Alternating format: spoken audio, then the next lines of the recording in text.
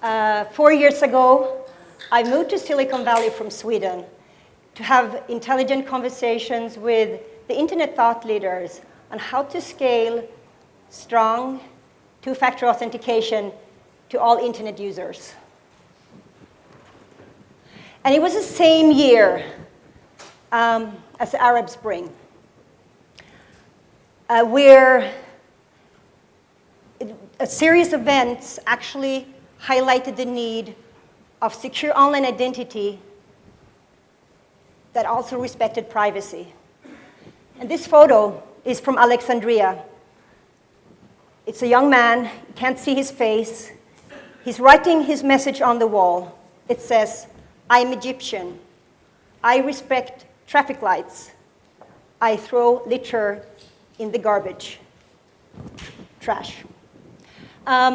At the same time, as he wrote this message, other people in his country had taken social media and connected to organize events and protest. And unfortunately, these social media sites later had to provide information about these users. And I met with an engineer at one of these large social media companies, and he said, there have been times where we did not want to have this data about our users. And why I bring this up here at this conference is that because two-factor authentication has not, until now, been designed to respect people's privacy. It's actually been the opposite. You want to know who it is. And that is a problem for internet users in some, and this is one of the cases. So before I go into the solutions that's been developed, I just want to give a quick sort of historical background. This picture was taken by one of my coworkers who's been in the industry for 30 years, and he's been collecting a few pebbles down the road. To the right, we got the smart cards, the public key crypto asymmetric tokens. They offer great security, we all know that, but they have suffered to scale. They have suffered to scale beyond enterprise and high security application because of the complexity of drivers, readers, client software, and a heavyweight certificate model, certificate authority model. So these were developed in the 70s, and about 10 years later, another technology had started to take off, and those were the OTP tokens. They don't offer us great security. They don't offer security in a protection against man-in-the-middle attack, but they're easier to use. They don't require any drivers or client software. And they don't offer a great user experience either. You have to retype a code, but they're far better than a username password. They also have one really bad drawback, is that there's no secure way to have one token to multiple services. So I have a friend who lives in New York, and he said he used to identify people at Wall Street on the size of their pockets. Because they all have these keychain tokens with multiple keys. Anyway, I grew up in Sweden. And in Sweden, we had these tokens, except for the bank that I used to go to. And the bank actually decided not to have a token because they were afraid of the user friction. They really didn't want to have the friction of, so they decided to go with a digital certificate instead. And the digital certificate on a computer is not as secure. And I happen to know a hacker. And this hacker said, I can write a code that will be able to hack your bank account. That code will take me about a day, and I will be able to hack your bank account.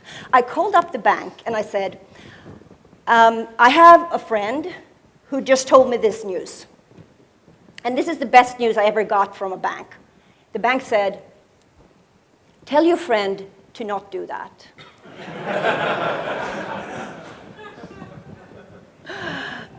Okay, so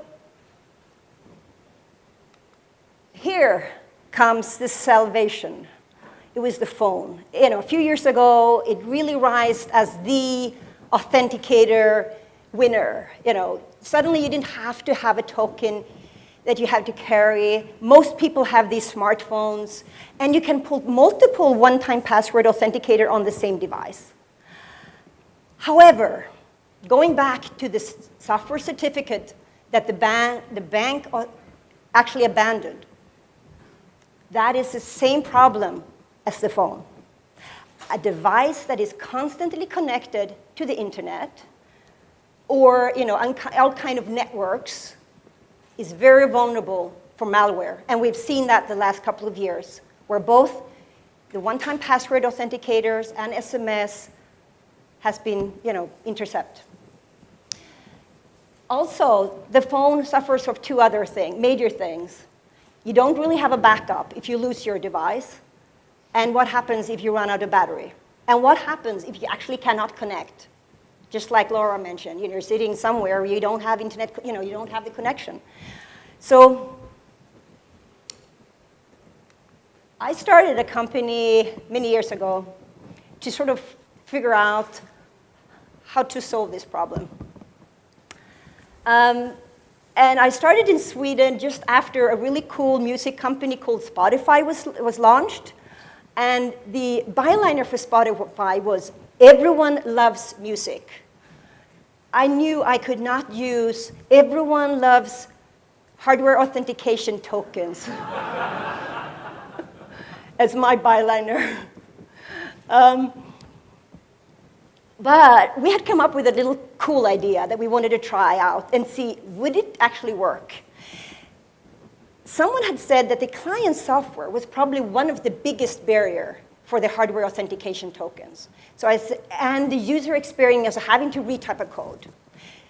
But if you came up with a little device that identified itself as a keyboard, then you didn't need any client software. And then if you touch the device, it could use the keyboard interface to generate a secure code that could be longer and more secure than the 6-digit code that is today used for the classic OTP generators. So we put this innovation out on the internet. We sold it with open source components, and you could literally go and buy it with a credit card. And we suddenly started to ship these to over 100 countries to security geeks with white socks and people. I was not the big enterprises starting this. It was the Linux open source fans that really said, hey, here is a security tool that we can use and we can integrate into our own solutions. Eventually, some of these geeks were actually working at big cloud companies here in Silicon Valley. And when I had a couple of them here, I knew this was the time to move. Together with them, we developed an NFC version of the Yubico. You can tap the phone using NFC, and also the small form factor, which is you plug it inside the USB port, almost like a portable TPM. And not long ago, I met a guy at one of these companies, and he was walking with his Mac under his arm, and he, at this company, actually had deployed the MacBooks to all their staff, and they had given them just the very easy instructions. You should use a PIN and a password, and they use it. That's how you log in. So this guy was not aware that he was using a little key in his computer. He said to me, oh, I thought that was the new Mac touch feature, which was sort of cool. I mean, in that way, I realized, hey, we've actually been able to take strong auth that's conceived as something really difficult to something very easy from a user perspective. Just a simple touch.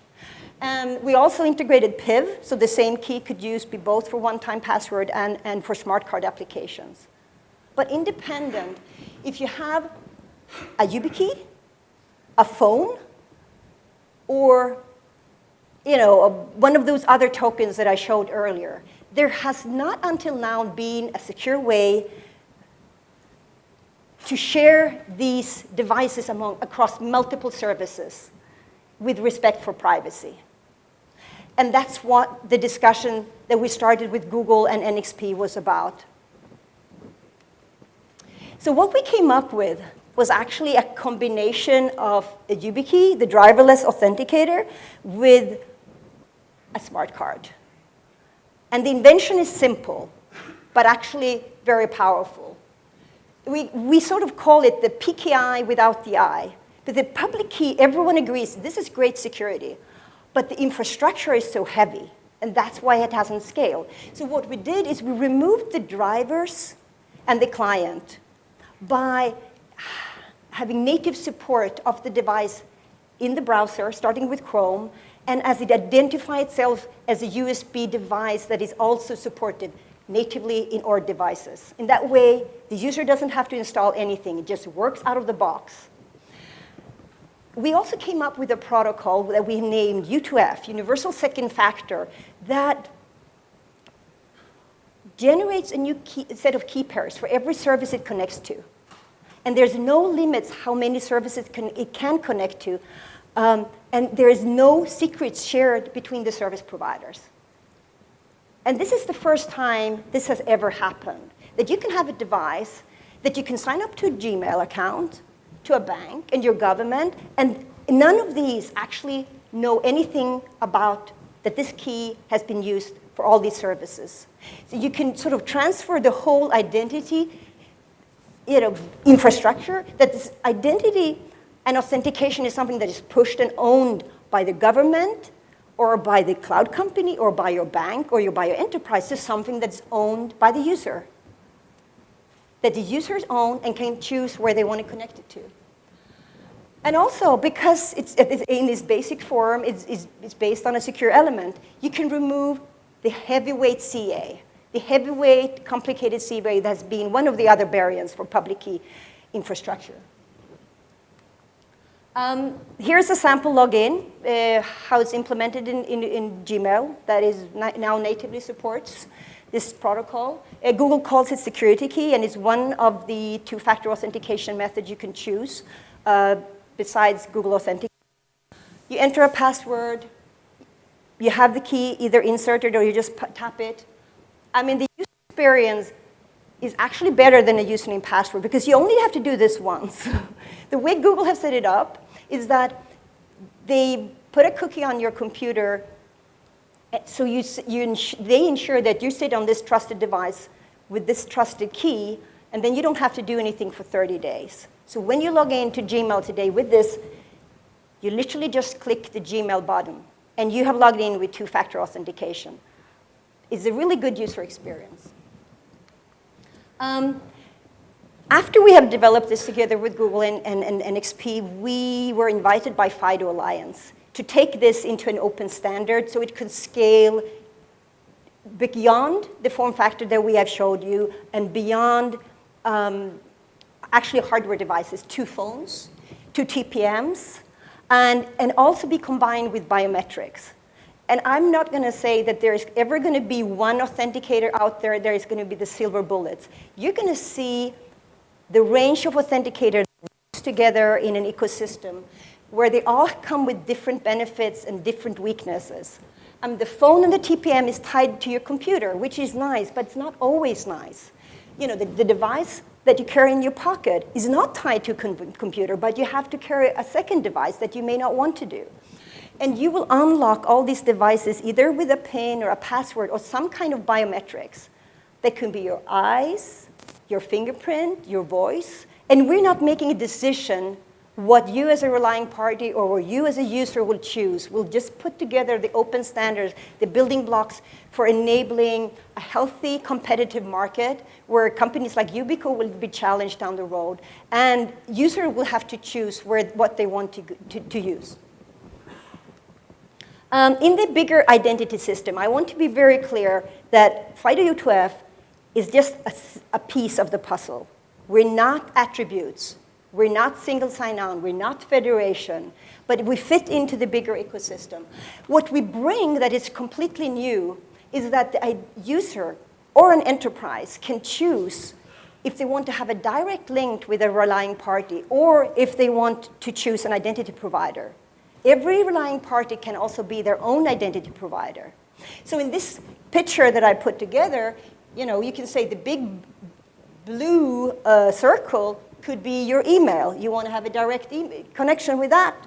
The big orange could be your enterprise, where you have single sign-on to various other relying parties.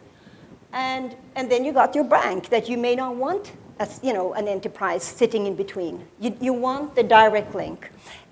And it's not either or. They're very complementary. And it's up to the user to choose how they want to control their identity. So this is my last picture. Today you can buy these security keys in various form factors from various vendors at Amazon.com. In the future, we envision that you buy your secure online identity at a retail store, hanging among the gift cards. And it's not owned by your government or your Google or your enterprise. It's owned by you. And you can choose any number of identities. You can be secure, yet anonymous. You can have it for your real identity, or you can have it for your work. We also, as Yubico, we have provided this technology, the U2F technology, as an open standard. We have public and documented the code for anyone to review. We do not believe, we do truly believe that whatever is going to happen in the future with secure online identity has to be based on open standards. Any company who's tried to control and own identity has failed. I'm very optimistic about the future for secure online identities. Thank you very much. Bye.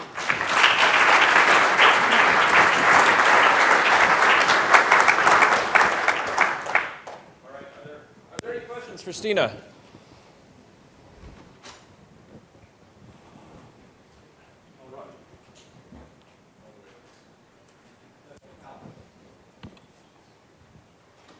Hi, could you speak to browser support for U2F? So we've started with Chrome, and there is a project within Mozilla Firefox who's working on that end, and Microsoft has recently joined FIDO, and together with Microsoft, there is a new working group where we're defining a next generation sets where eventually it will be supporting other browsers too.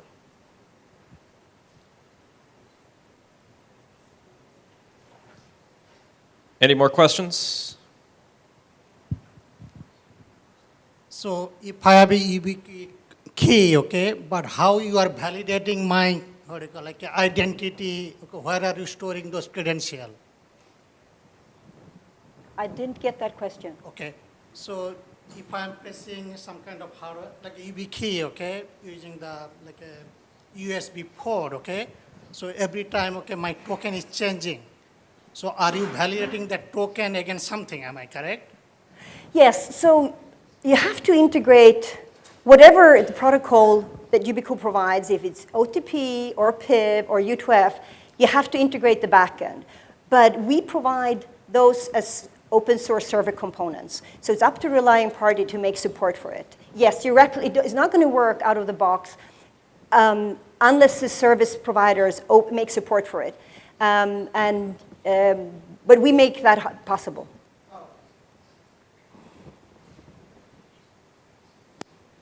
Any more questions? All right, thank you, Stina. Thank you.